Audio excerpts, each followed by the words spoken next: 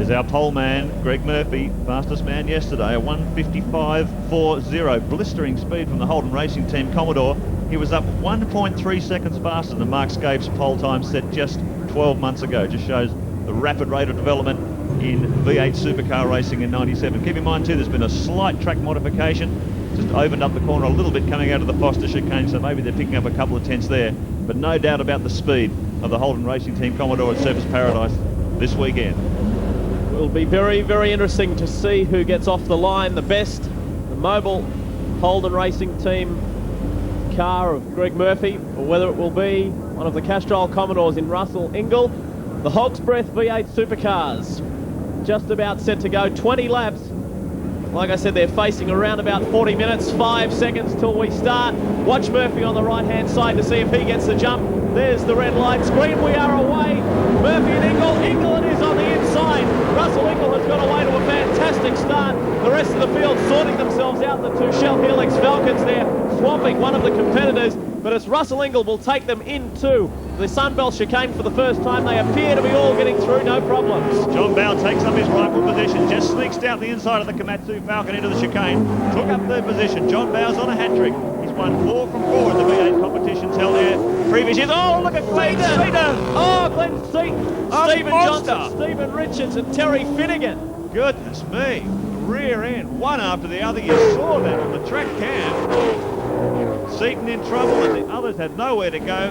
Right in the back of him, look at that, there's Stevie Richards, the Valvoline Commodore, red flag out of course. There's Stephen Johnson and he's driving the Alcare Commodore stuck alongside the fence. Well, it's lucky he's okay. You can obviously see he's getting out of the car, but that is just unbelievable.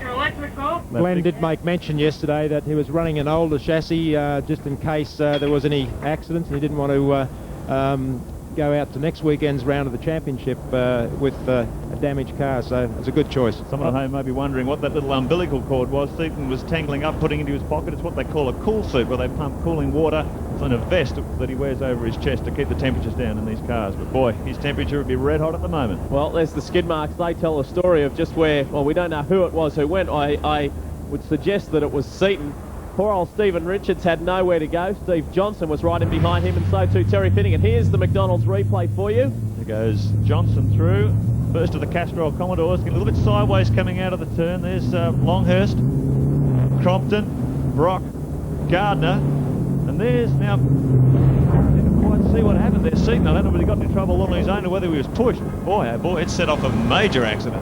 Mark, I think Glenn just actually missed the braking point there coming into that turn, and I think he created that accident by himself by the look of it. Here is another look at it. There he goes right over those tyres. So whether he's had a brake failure or he's just been going in too hard, unbelievable stuff, and that's certainly not a good start for Glenn Seaton, and it's all over for Glenn Seaton. Likewise, Stevie Richards, Steve Johnson and Terry Finnegan. So a sad start to the day for them. John Smales is down in the pits.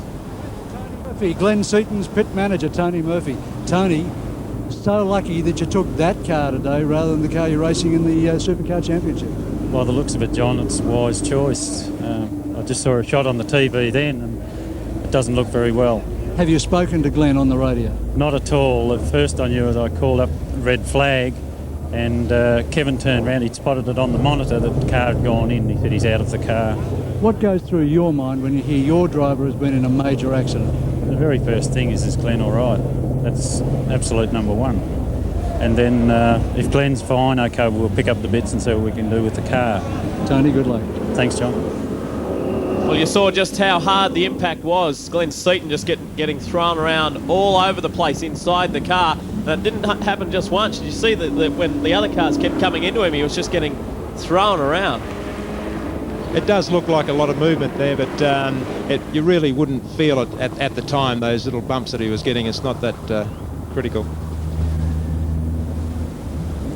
As they get warmed up to restart the V8 race, well, Seaton and Richards for 2 won't be back, but we will. Stay with us. Indycarnival.